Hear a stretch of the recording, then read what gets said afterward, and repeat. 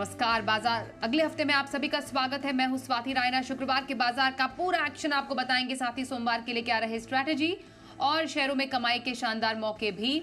आप भी पूछ सकते हैं सवाल। हमारा फोन नंबर नोट कर लीजिए 02223001634 या फिर आप हमें 02223001635 पर कर सकते हैं कॉल। फेसबुक पर @ZEE Business Online और x.com पर @ZEE Business अपने सवाल भेजिए #बाजार आज और कल लिखकर।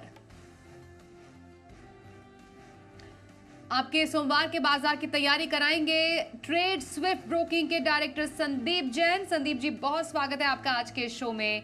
और हमारे साथ जी बिजनेस रिसर्च टीम से मेरे सहयोगी अरमान नाहर बताएंगे शुक्रवार के बाजार का पूरा मूड माहौल। सबसे पहले बाजार के कारोबार पर एक नजर डाल लेते हैं। तो बाजार में रिजर्व बैंक की पॉलिसी समीक्षा के बाद एक नया रिकॉर्ड स्तर आज देखने को मिला। पॉलिसी बाजार के अनुमान के मुताबिक ही रही। महंगाई के अनुमानों के स्थिर रहने और जीडीपी ग्रोथ के अनुमानों को बढ़ाने के फैसले के बाद बाजार में तेजी और मजबूत हो गई और दोपहर के कारोबार से पहले सेंसेक्स ने 69,888 का दिन का उच्चतम स्तर छुआ। वहीं इंट्राडे में निफ्टी पहली बार 21,000 के स्तर के पार पहुंचा। इसके साथ ही बैंक निफ्टी 47,170 के उच्चतम स्तर को छूता हुआ नजर आया। कारोबार के अंत में सेंसेक्स 304 अंकों की बढ़त के साथ 69,826 के लेवल पर बंद हुआ। निफ्टी 68 पॉइंट की बढ़त के साथ 21,000 के नीचे बंद हुआ। वहीं बैंक निफ्टी में देखी 421 अंकों की शानदार तेजी और ये 47,000 के पार बंद होने में कामयाब रहा।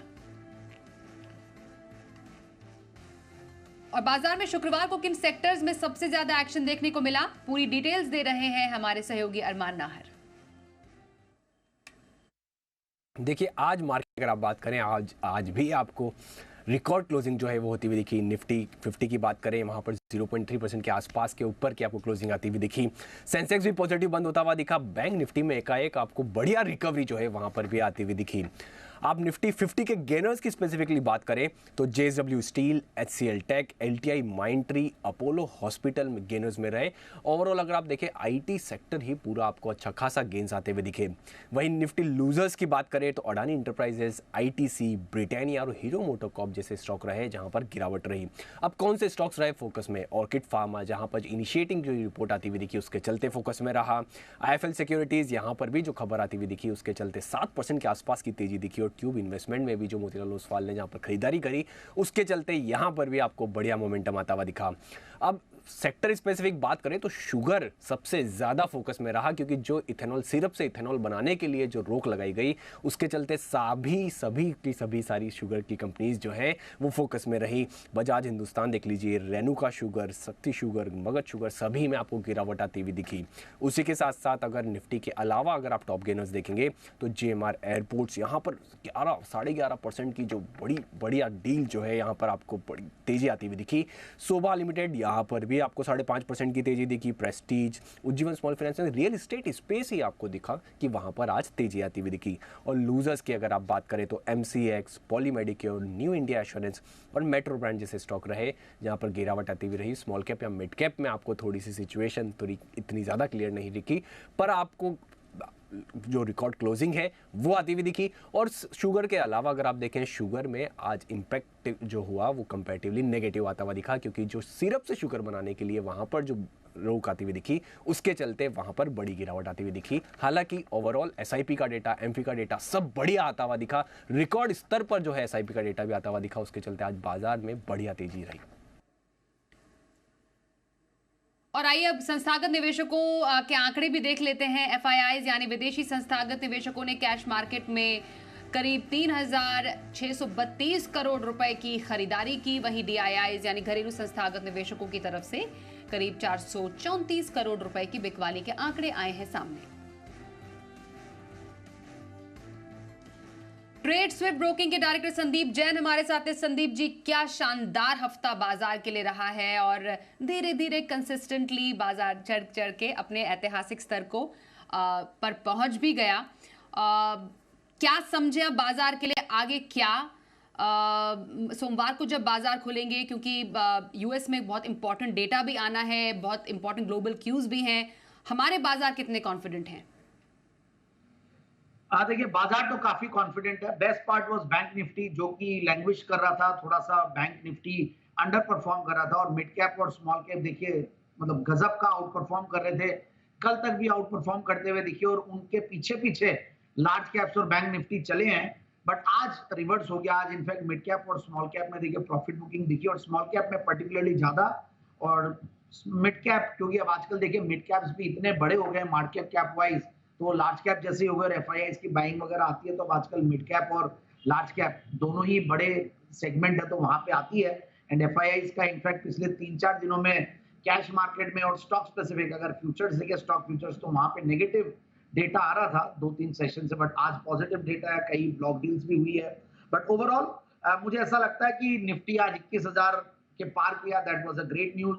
एक अच्छी क्रेडिट पॉलिसी आई जहां पे अच्छे पॉजिटिव सेंटिमेंट्स दर्शाए गए, और गवर्नर साहब ने काफी अच्छी बातें इकोनॉमी के लिए और जो ग्रोथ को लेकर या जीडीपी की ग्रोथ को लेकर बोली, उन सबको मार्केट ने थम्स अप दिया। एक एक्सट्रीमली वॉलेटाइल सेशन था, ये बात माननी पड़ेगी। आज नीचे रेड में जाने के बाद वापस से बाउंस बैक किया। सो ओवरऑल चीजें वैसी थी, बट बैंक्स और आईटी स्टॉक्स ने आज कमाल किया है। कुछ जो पहले परफॉर्म कर रहे थे उन्होंने आज प्रॉफिट बुकिंग देखी, बट ओवरऑल मुझे लगता है कि मार्केट्स में तेजी बनी रहेगी।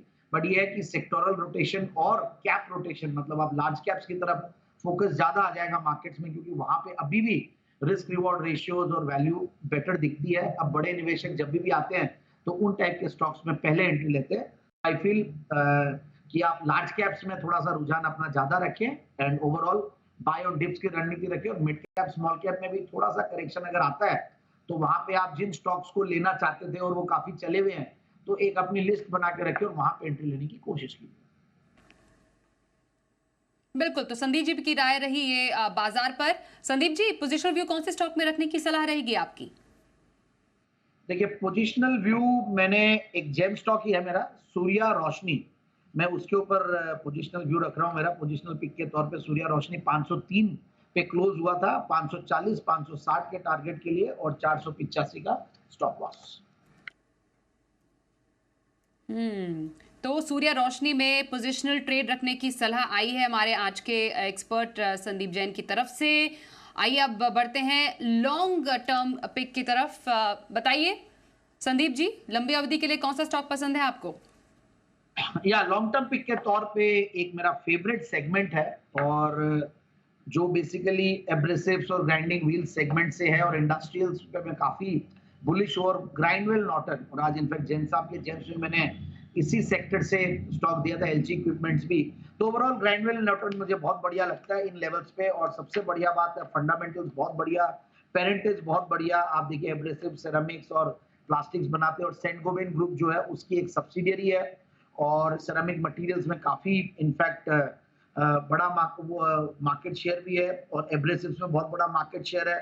मैन्युफैक्चरिंग फैसिलिटीज अलग अलग जगह पे, इवन भूटान में भी इनका एक मैन्युफैक्चरिंग फैसिलिटी है जो सब्सिडियरी के थ्रू ये लोग ऑपरेट करते हैं, और काफी पुरानी कंपनी है। इनफैक्ट 1941 से कंपनी कार्यरत है, और 1990 में सेंट गोबेन ने नॉर्टन यूएसए को टेक ओवर किया, और तब से इनफैक्ट नॉर्टन सेंट गोबेन की सब्सिडियरी बोला जाता है।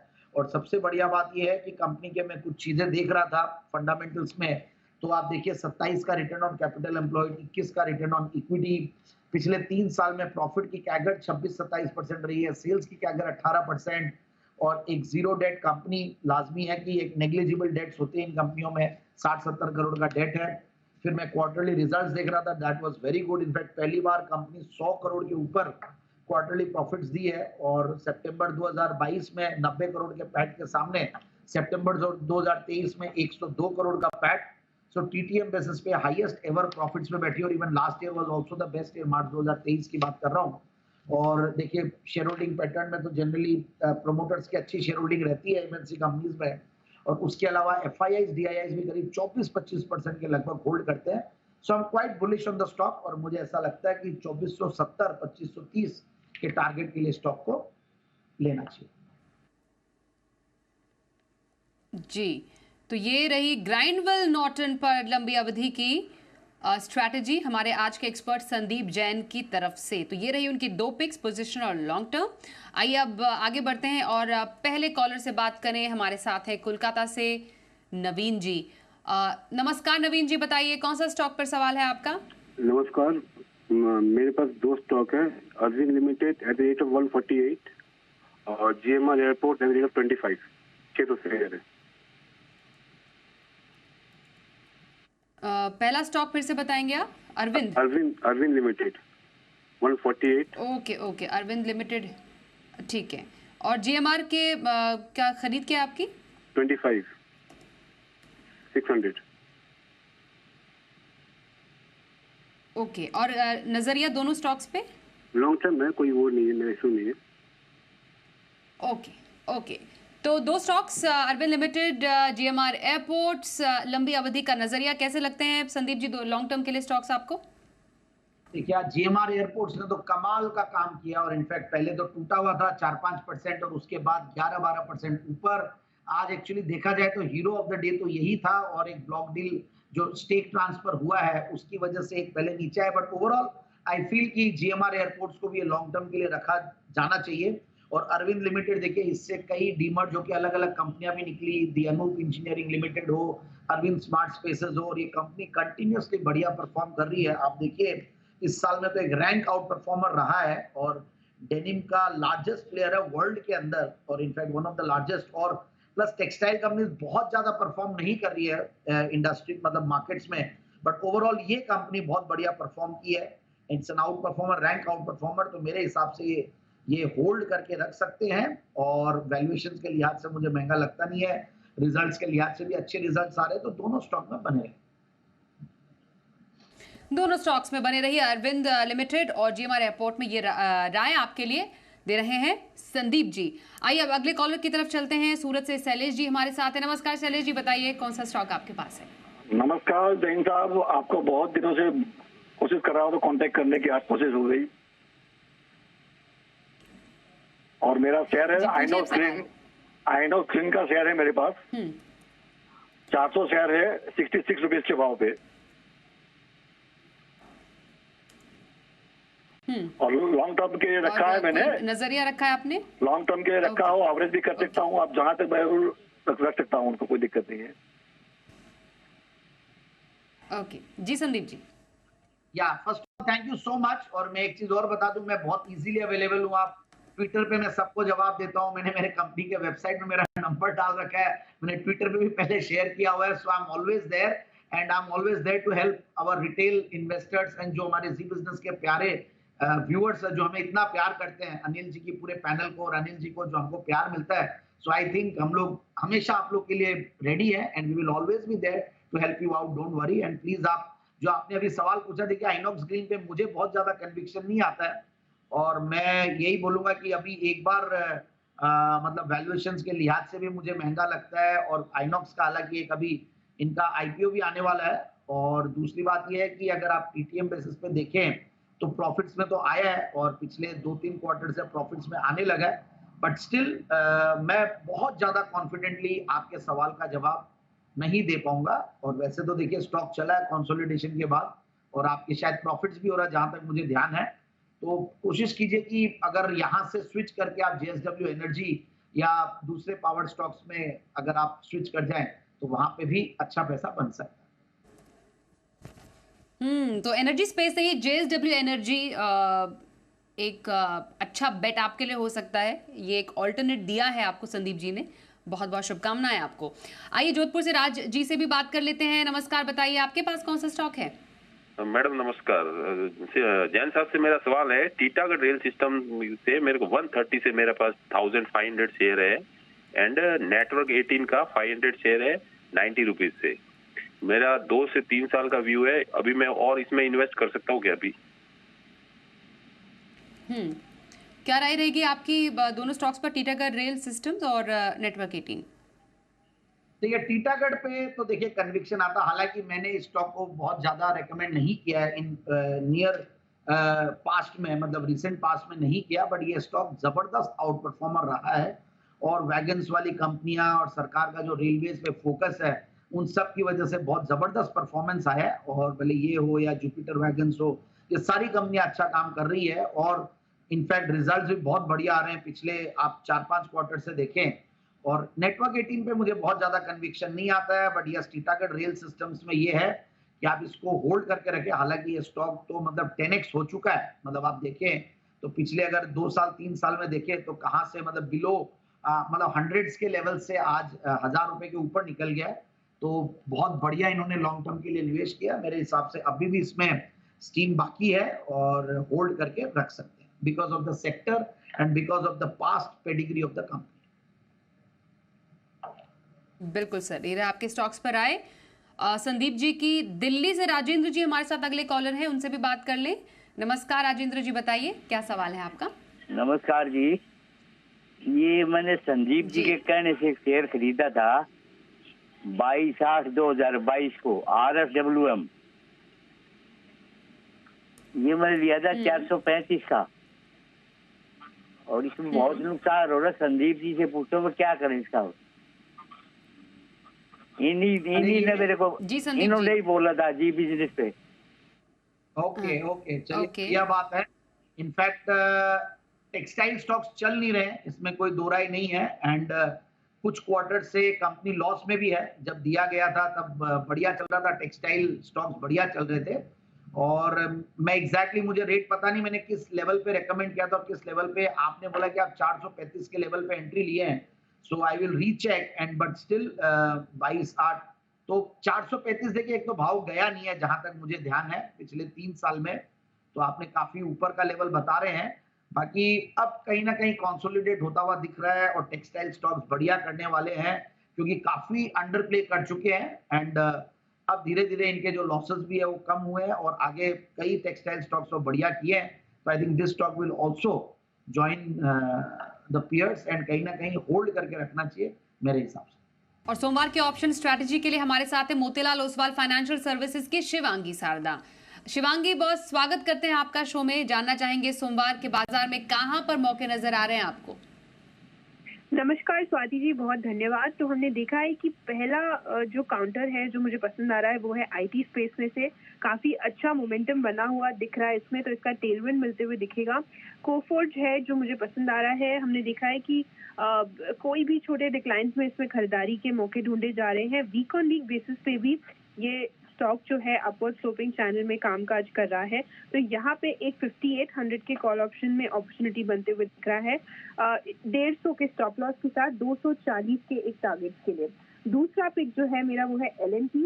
ये काफी रेजिलिएंट रहा है पूरे बाजार के रैली में और हम देख रहे हैं कि वीक ऑन वीक और स्पेशली डेली बेसिस पे भी स्टॉक जो है अपवर्ड स्लोपिंग चैनल में काम कर रहा है। तो यहाँ पे 3380 के एक कॉल ऑप्शन में खरीदारी की सलाह रहेगी। 50 के टारगेट और 111 के 50 के स्टॉप लॉस 111 के टारगेट्स के लिए। जी, तो ये दो स्टॉक्स ऑप्शन स्ट्रैटेजी के लिए शिवांगी सारदा की तरफ से धन्यवाद करेंगे आपका। एक बार शिवांगी, एक बार L&T के आप अपने लेवल्स रिपीट कर देंगे प्लीज। जी बिल्कुल, L&T के 3380 के कॉल ऑप्शन में खरीदारी की सलाह रहेगी। 50 के स्टॉप लॉस और 111 के टारगेट के लिए। ओके, 50 का स्टॉप लॉस 111 के टारगेट के लिए L&T में सोमवार के ऑप्शन स्ट्रैटेजी देती हुई शिवांगी सारदा। धन्यवाद शिवांगी बातचीत करने के लिए आपका। आइए अब आगे बढ़ते हैं और संदीप जी के पास आते हैं। संदीप जी, आपको सोमवार के बाजार में कहां पर मौके नजर आ रहे हैं?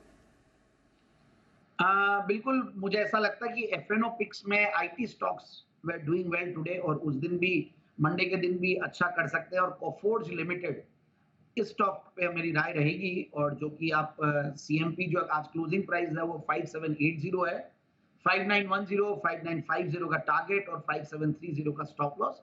सो इंट्राडे F&O पिक के तौर पे कोफोर्ज लिमिटेड। और डिस्क्लेमर साथ में दे दूं, ये जो भी स्टॉक्स हमने डिस्कस किए हैं ये हो सकता है कि हमने पास्ट में भी काफी बार डिस्कस किया, तो हमारे क्लाइंट्स और एसोसिएट्स के पास हो सकते हैं। और आप कोई भी डिसीजन ले तो आप स्वयं अपनी रिसर्च भी जरूर से करें एंट्री लेने के लिए। सर, एक क्विक रिकैप लेवल्स का कोफोर्ज का। या 5780 क्लोजिंग प्राइस, 5910 और 5950 target and stop loss is 5730। Okay, तो स्टॉप लॉस 5730 और 5910 और 5950 के टारगेट के लिए कोफोर्ज लिमिटेड में सोमवार के बाजार में खरीदारी की सलाह आ रही है संदीप जी की तरफ से। धन्यवाद संदीप जी, हमारे साथ इस कार्यक्रम में आप शामिल हुए। यहाँ पर वक्त एक ब्रेक का भी हो गया है, पर आगे भी खबरों का सिलसिला जारी रहेगा। देखते रहिए जी बिजनेस।